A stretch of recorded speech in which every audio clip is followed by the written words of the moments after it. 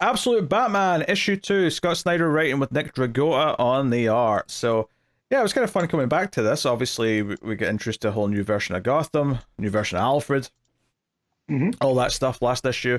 And this issue actually starts off kind of following up, and I presume all of this first arc will, given the arc is called Zoo. Yeah.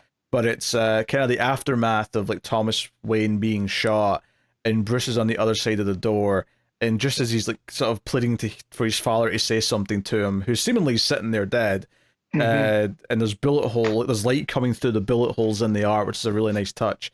The bat like display behind him, the glass breaks, and he has his like swarmed by bats moment. Presumably, this is what gives him the fear of bats. Is this experience? It's a lot more dark than the, yes, Father, I'll become the bat, or falling into the into the well, right? Yeah. This is a traumatized kid getting covered by a bunch of bats. Yeah, I mean the yes, Father, I shall become a bat might still happen. That might still be a beat later on. I just mean in terms of origins and young Bruce being around bats, right? This is a lot more traumatic than what we're used to.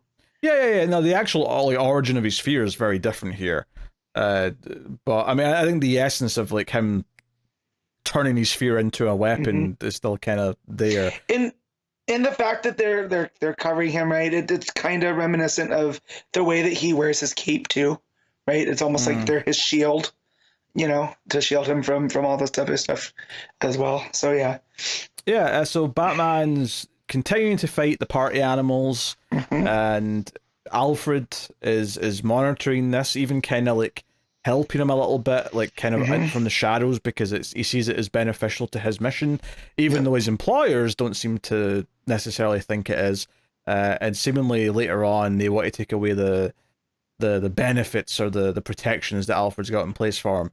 But basically, Alfred describes Batman as like being this character who's always advancing, right? Always forward, which neatly like acronyms to AF. So later on he says Batman AF, which, has its own meaning.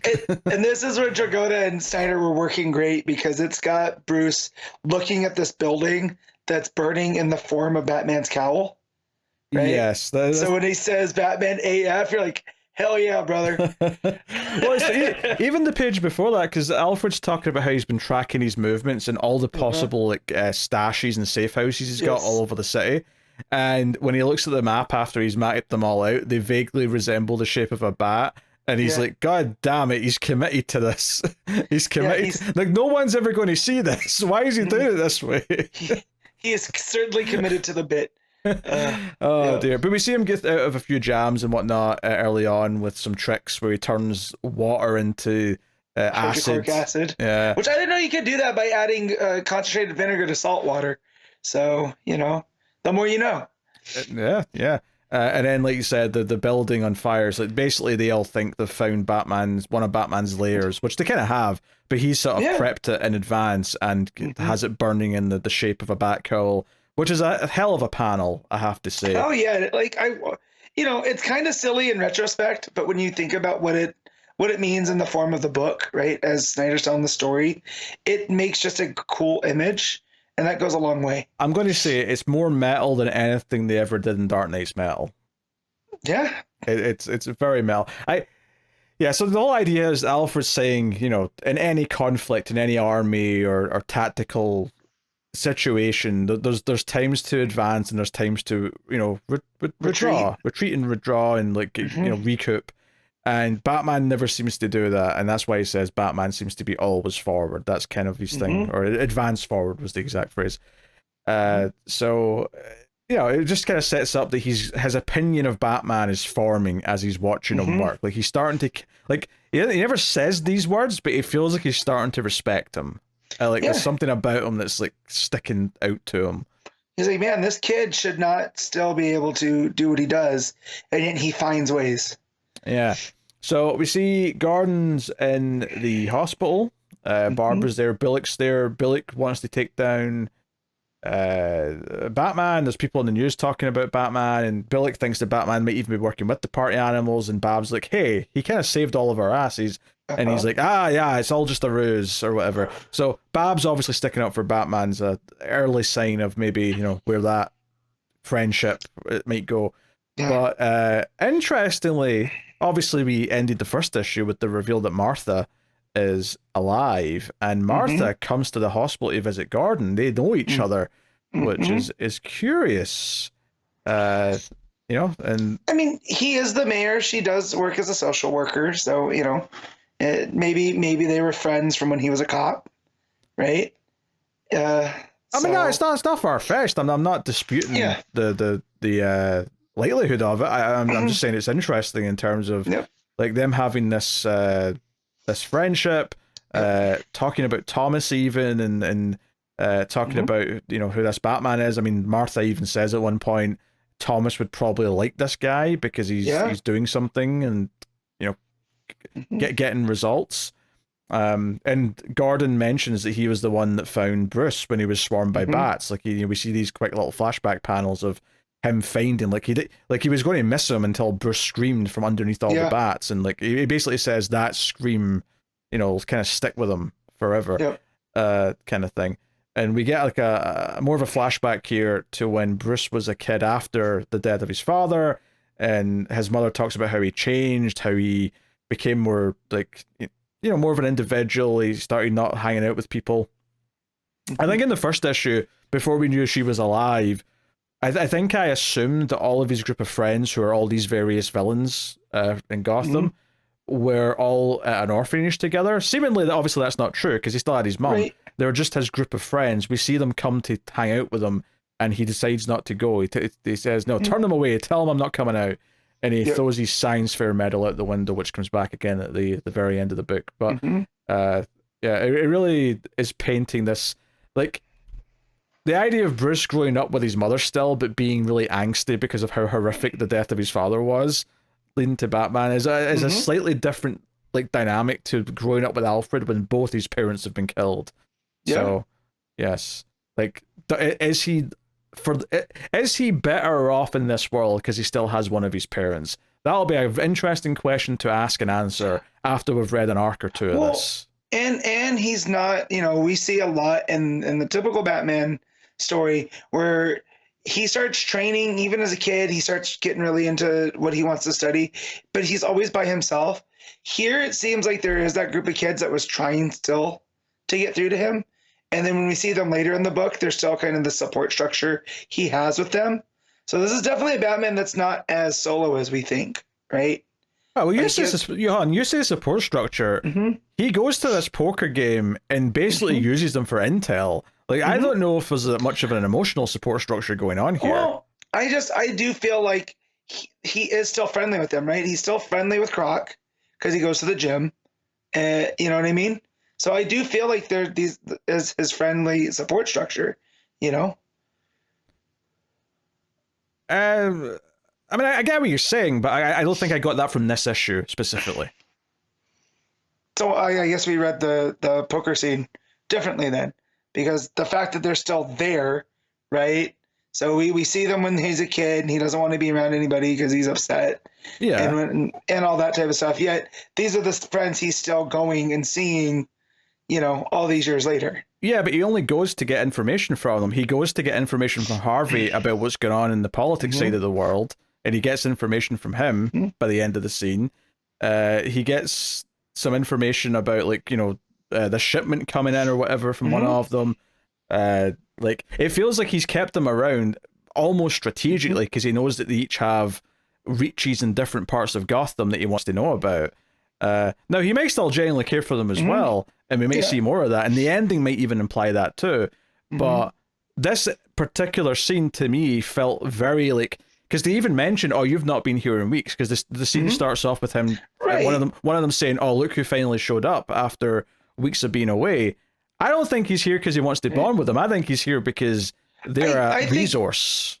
Yeah, they're a resource too. But still, that means he still goes there even before all this stuff started happening, right? Because we even get that in the last issue where where Croc is talking about how the guys miss him. You know, you haven't been around in a while. Mm. You know, and he was doing all that broody type of stuff. So I do feel like he's been friendly with them. And because I remember the last time we talked about this, you're like, oh yeah, they're there to be an extra dagger when it comes, right? Oh, You know? sure. Yeah. I just think that these are still his friends, you know, and that's a bit different than the Bruce that we've seen before, where he's kind of the solitary guy, even with the Bat family. You know, he's off by himself, and that's how he was raised by Alfred. You know, just the lonely kid in the mansion. I see what you're saying, and I guess there's some truth to it, but I do think this particular scene shows how he's using them just purely as a resource, and the fact that he has been brooding and disappearing for weeks at a time, like, maybe it's one of those things where he does care about them, but he, you know, like, he just kind of forgets to bother checking in with them, and it's not until he actually wants something from them that he goes to them. Because I think the fact that obviously they point out in this scene that there's an empty chair and that, you know, we don't know where she is, right? And they're obviously talking about Selena, which we're building up to. And we'll get her in the present day, I'm sure, at some point. But at the end of the book, we find out at the end of that flashback, when he threw that medal out the window, she pops up at the fire escape holding the medal and say, hey, did you lose this? Which kind of suggests to me that she's the one that actually kind of like has a bond with him, like, you know, a real bond with him that kind of pulls him out. And if he is still friends with this group, I would suspect it's largely because she kind of like forced him to. She was almost like, in some ways, you know how Alfred was always the one that tried to push for Bruce to actually have connections with people. I feel like in this world it almost seems like, I mean, I'm sure the mothers maybe get a part of this, but what this book's telling me so far is that Selena's the one, as a kid, as a mutual, was the one who says, no, you're not going to be on your own, you're coming at least with me, if not with the whole group. And I'm sure we'll see, you know, what they did next issue as a pair. But I don't know, it was interesting, just kind of this the value that this group of characters kind of has for him, because they all have these different things. Because he intentionally brings like one of these like helmets that one of the party animals had that's got tech in it, and like Riddler starts like looking all over it and starts like theorizing. But we get little flashbacks as he's talking that Batman's already been tinkering with this. He's already broke into it and looked at the data it's got. He's already done all this, but he's like seeing what he's got to say about it and whatnot. So yeah. Plus, there's also this tease at the end of the scene where Bruce has got like, you know, 3 aces, but he says it's 4 if we're playing with jokers, and one of them says jokers are never welcome here, and we get a close up of the card, and I don't know what that's saying about, like, because it felt like the Joker that was teased at the end of last issue is something that maybe hasn't been around in Gotham specifically. Yes. But at the same time, the way they say this here, it's kind of like, oh wait, do they know about who the Joker is and they're scared of him or whatever? I don't know, but it's definitely a weird sentence to say that Jokers are never welcome here, right? And just in the scene, because it's, I mean, in a normal card game, you'd be like, yeah, but we normally don't play with the Joker, right? So, but for them to say they're not welcome here, definitely something's off with that. Yeah, and I trust SNYDER enough that, you know, there's a reason for that. That said, though, at the bottom of that panel, there's like laughter coming. I presume that's like whoever said that laughing, because they just sort of cracked a joke effectively. So it's an interesting little tag at the end of that scene. Well, I like all their dynamics around the poker table too. You know, and like you said, each of them kind of represents something else in the city. With like they get at Penguin for his, you know, he's hanging out with the you know, the more criminal element. Yeah, the organized crime. Riddler's like the tech bro. Yeah. Obviously Harvey's and the Two-Face and the law system. Yeah. Yeah, he's not Two-Face in the DA's yet. office. You know, but they do call him Old Two-Face. Yeah, they call him Two-Face for being well, two-faced in a more traditional way. But yeah, he's in the DA's office and all that. So I definitely like the dynamics here within this group of friends.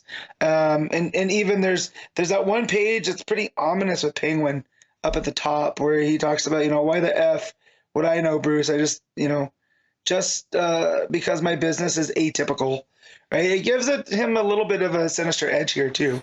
Yeah, and he's very slim Penguin compared to what we're used to. Because this is what I liked about thinking about like what these characters all offer him in some way, because Croc owns a gym, right? So it's all about his physical fitness. Penguins get ties to the criminal underworld, Riddler's got ties to tech, and obviously Batman has tech and uses tech. And then Harvey, of course, is actually in the law system, like, you know, looking at criminals and whatnot and prosecuting them. So they all have like something to offer, part of Batman's skill set, if not just an information, but in the sense of like things that he can learn from, people that he can help let him understand parts of the city better. It's almost like instead of having like, I don't know, Alfred to teach him about half the shit that he knows, he's kind of had to learn it from different sources on his own. He's been very resourceful in that sense. Well, yeah, because they all kind of represent Gotham as a whole for each of those pieces, you know. And then Selina, of course, is one, the love interest, but also the stealthy, sneaky one who's you know, creeping around. So another part of Batman's character, kind of there. So yeah, Batman goes snooping for files. He's basically tracked using the helmet to somewhere. But when he goes to the computer, Black Mask comes on the screen and tells him the police are outside, all of his men are there, and, you know, I'd love to chat to you later, but you're probably going to die. So we get a big sort of Batman escape sequence where the highlight of which is probably Batman going down the elevator shaft, but having like, he's got his like legs spread, so his boots are like on either side, and there's like sparks coming off his boots. And I'm like, all right, okay, go on, be badass. This version of Black Mask is kind of creepy, right? Oh yeah, I mean, his head looks kind of alien, right? Yeah. There's a reason why it took me like a good while in the first issue to even get that it was Black Mask, because he looks so different. Yeah, he's super creepy, and the file though that Bruce clicks on, it says Ark, but there's an M next to it. It's Arkham, so it sounds like Arkham, right? Something to do with Arkham. So just another way that they're kind of flipping this absolute universe, playing with familiar things. But yeah, that whole sequence with him going down the elevator shaft and then landing, it's really good action storytelling. Yeah, and then as Alfred's waiting for him down there and says, "Hey, hear me out, kid. Like, you know, we can help each other," and tries to make a deal with him. And he's like, "Okay, I'll give you 30 seconds, but I've got to get out. We got to get out of here first." So the big cliffhanger at the end of the issue is at the bottom of this building, Batman has one of those big sort of like... It's an excavator. Yeah, actually, there you go. I was going to say bulldozery truck, but yeah, a big excavator truck, but he's got like a bat shape sort of like bolted out at the front of it to make it look like a bit more... like a cow catcher on a train. Yeah, that's what it looks like. Yeah. and it's kind of vaguely bat shaped, and it's just it's one of these ones that's like, it's like one of those big dump trucks that's the size of an office building that you see in like mining operations. Yeah, there's a cop car flipped up into the air as it comes out. So yeah, this is the most ridiculous vehicle that Batman might have ever had. So fair play. And I love SNYDER just being like, all right, how big can we go? All right, what are these massive excavators? Why not? You know, he works in construction. Yeah, and then obviously the final page is that little tag we mentioned before with Selina, young Selina coming to get him as a kid, and she's got a hoodie that's got cat ears on it, which is how they've got the Catwoman kind of imagery. And I like how it gets a little bit more pastel and kind of hazy. It gives it more of like an ethereal kind of vibe. I mean, the coloring's been different on the flashbacks throughout, but it definitely goes even more pastel in that last scene. Just maybe because there's a sense of comfort because Selina's the person that he cares about. But yeah, she says you're coming with me, so it's this idea of like, no, you're doing this. You don't get to say no, so because you need this, and this is for your own good. So it suggests a lot about how important Selina is to him. Arguably more important to him in this universe than she ever was in the main universe, because she's someone who's been fundamentally there most of his life. I could see how we play with that and whatnot. And it starts to make you wonder though, when we eventually do have like versions meet the real versions, you know, like how's that gonna play out? Yeah, real Batman meeting this Selina, or real Selina meeting this Selina, or you know, whatever. There's so much potential. That was very good. The art was fantastic. I'm loving this new version of Gotham. Like, I was a little bit worried. This was out of the Absolute books, this was the one that I was the most like hesitant on before I read any of it, just purely because I got to a point with Scott Snyder on Batman where I didn't even really want to read any more Scott Snyder Batman. You know, like he did that All-Star book at the start of Rebirth, and I just noped out of that instantly. Yes. Because I'm like, I was done with his take on Batman. But this is so different, it's so fresh, and because it isn't regular Batman, he gets to be a bit more free with the weird ideas that he has and whatnot. Yeah. And again, it seems like he's playing with the idea of what in Gotham makes Bruce Batman. You know, that's still a key factor. And it's like, okay, well, all this stuff's a little bit different, but the outcome is still the same. You know, and so I like that how he's approaching this. Yeah. And once again, he does something that I don't think regular Batman would do. I don't think turning the water into acid, which doesn't kill anyone, of course, again, but someone does mention as they come out that they've lost some toes, and I don't believe regular Batman would do that. No. So it's definitely showing us once again that this is a harder edge Batman. He still has that line that he won't kill, but he's willing to cut off some limbs. Yeah. I said no killing, not no maiming.